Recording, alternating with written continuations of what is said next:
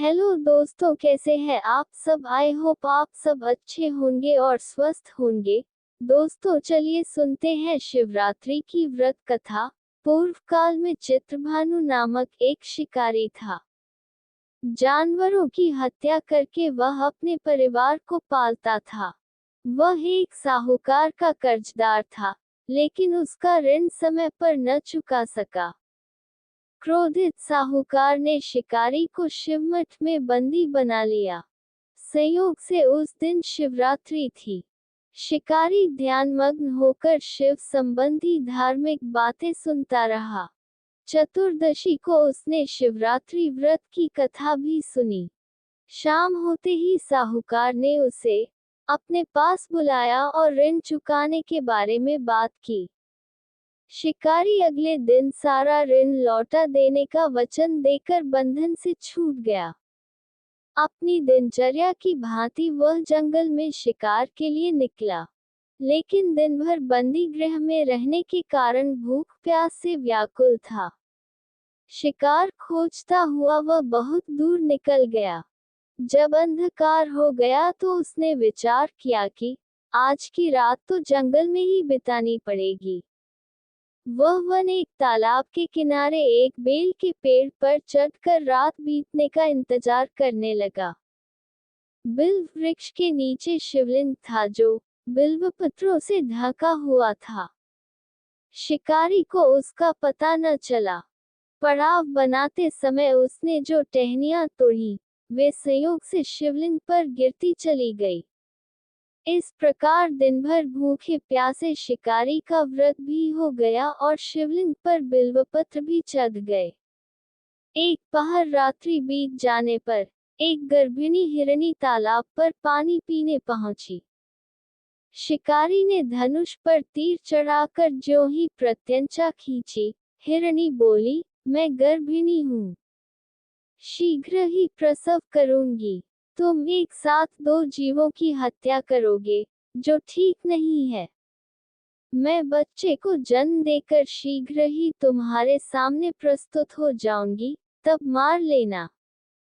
शिकारी ने प्रत्यंचा ढीली कर दी और हिरनी जंगली झाड़ियों में लुप्त हो गई। प्रत्यंचा चढ़ाने तथा ढीली करने के वक्त कुछ बिल्व पत्र अनायास ही टूटकर शिवलिंग पर गिर गए।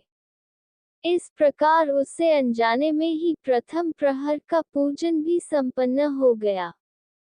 कुछ ही देर बाद एक और हिरनी उधर से निकली। शिकारी की प्रसन्नता का ठिकाना न रहा। समीप आने पर उसने धनुष पर बाण चढ़ाया। तब उसे देख हिरनी ने विनम्रतापूर्वक निवेदन किया, शिकारी, मैं थोड़ी देर पहले ऋतु से निवृत्त हुई हूँ। कामातुर हिरनी हूँ। अपने प्रिय की खोज में भटक रही हूँ। मैं अपने पति से मिलकर शीघ्र ही तुम्हारे पास आ जाऊंगी। शिकारी ने उसे भी जाने दिया। 2 बार शिकार को खोकर उसका माथा ठनका। वह चिंता में पड़ गया। रात्रि का आखिरी पहर बीत रहा था। इस बार भी धनुष से लगकर कुछ बेलपत्र शिवलिंग पर जा गिरे, तथा दूसरे प्रहर की पूजन भी संपन्न हो गई। तभी एक अन्य हिरनी अपने बच्चों के साथ उधर से निकली। शिकारी के लिए ये सुनहरा अवसर था। उसने धनुष पर तीर चढ़ाने में देर नहीं लगाई। वह तीर छोड़ने ही वाला था कि हिरनी बोली, हे शिकारी, मैं इन बच्चों को इनके पिता के हवाले करके लौट आऊंगी। इस समय मुझे मत मारो। शिकारी हंसा और बोला, सामने आए शिकार को छोड़ दूं मैं ऐसा मूर्ख नहीं। इससे पहले मैं 2 बार अपना शिकार खो चुका हूँ। मेरे बच्चे भूख प्यास से व्यग्र हो रहे होंगे। तब हिरनी ने फिर कहा, जैसे तुम्हें अपने बच्चों की ममता सता रही है, ठीक वैसे ही मुझे भी। हे शिकारी, मेरा विश्वास करो, मैं इन्हें इनके पिता के पास छोड़कर तुरंत लौटने की प्रतिज्ञा करती हूँ। हिरनी का दुख भरा स्वर सुनकर शिकारी को उस पर दया आ गई। उसने उस मृगी को भी जाने दिया। शिकार के अभाव में तथा भूख प्यास से व्याकुल शिकारी अनजाने में ही बेल वृक्ष पर बैठा बेलपत्र तोड़ तोड़कर नीचे फेंकता जा रहा था। पौ फटने को हुई तो एक हष्ट-पुष्ट मृग उसी रास्ते पर आया। शिकारी ने सोच लिया कि इसका शिकार वह अवश्य करेगा। शिकारी की तनी प्रत्यंचा देखकर मृग विनीत स्वर में बोला, हे शिकारी, यदि तुमने मुझसे पूर्व आने वाले 3 हिरण तथा छोटे छोटे बच्चों को मार डाला है, तो मुझे भी मारने में विलंब न करो, ताकि मुझे उनके वियोग में एक क्षण भी दुख न सहना पड़े। मैं उन हिरनियों का पति हूँ। यदि तुमने उन्हें जीवन दान दिया है तो मुझे भी कुछ क्षण का जीवन देने की कृपा करो। मैं उनसे मिलकर तुम्हारे समक्ष उपस्थित हो जाऊंगा। मृग की बात सुनते ही शिकारी के सामने पूरी रात का घटनाचक्र घूम गया। उसने सारी कथा मृग को सुना दी। तब मृग ने कहा, मेरी तीनों पत्नियां जिस प्रकार प्रतिज्ञाबद्ध होकर गई हैं, मेरी मृत्यु से अपने धर्म का पालन नहीं कर पाएंगी।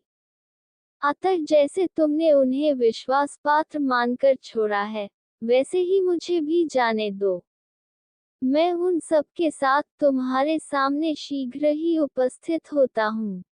शिकारी ने उसे भी जाने दिया। इस प्रकार उपवास, रात्रि जागरण तथा शिवलिंग पर बेलपत्र चढ़ने से अनजाने में ही पर शिवरात्रि की पूजा पूर्ण हो गई। पर अनजाने में ही की हुई पूजन का परिणाम उसे तत्काल मिला। शिकारी का हिंसक हृदय निर्मल हो गया। उसमें भगवत शक्ति का वास हो गया। थोड़ी ही देर बाद वह मृग सपरिवार शिकारी के समक्ष उपस्थित हो गया, ताकि वह उनका शिकार कर सके, किंतु जंगली पशुओं की ऐसी सत्यता, सात्विकता एवं सामूहिक प्रेम भावना देखकर शिकारी को बड़ी ग्लानि हुई। उसने मृग परिवार को जीवन दान दे दिया। अनजाने में शिवरात्रि के व्रत का पालन करने पर भी शिकारी को मोक्ष की प्राप्ति हुई। जब मृत्यु काल में यमदूत उसके जीव को ले जाने आए तो शिवगणों ने उन्हें वापस भेज दिया तथा शिकारी को शिवलोक ले गए। शिवजी की कृपा से ही अपने इस जन्म में राजा चित्रभानु अपने पिछले जन्म को याद रख पाए तथा महाशिवरात्रि के महत्व को जानकर उसका अगले जन्म में भी पालन कर पाए। शिकारी की कथानुसार महादेव तो अनजाने में किए गए व्रत का भी फल दे देते हैं, पर वास्तव में महादेव शिकारी की दया भाव से प्रसन्न हुए। अपने परिवार के कष्ट का ध्यान होते हुए भी शिकारी ने मृग परिवार को जाने दिया। ये करुणा ही उस शिकारी को उन पंडित एवं पुजारियों से उत्कृष्ट बना देती है, जो कि सिर्फ रात्रि जागरण, उपवास एवं दूध, दही, बेलपत्र आदि द्वारा शिव को प्रसन्न कर लेना चाहते हैं। इस कथा में सबसे महत्वपूर्ण बात यह है कि इस कथा में अनजाने में हुए पूजन पर विशेष बल दिया गया है। इसका अर्थ यह नहीं है कि शिव किसी भी प्रकार से किए गए पूजन को स्वीकार कर लेते हैं अथवा भोलेनाथ जाने या अनजाने में हुए पूजन में भेद नहीं कर सकते हैं। वास्तव में वह शिकारी शिव पूजन नहीं कर रहा था। इसका अर्थ ये भी हुआ कि वह किसी तरह के किसी फल की कामना भी नहीं कर रहा था। उसने मृग परिवार को समय एवं जीवन दान दिया, जो कि शिव पूजन के समान है। शिव का अर्थ ही कल्याण होता है।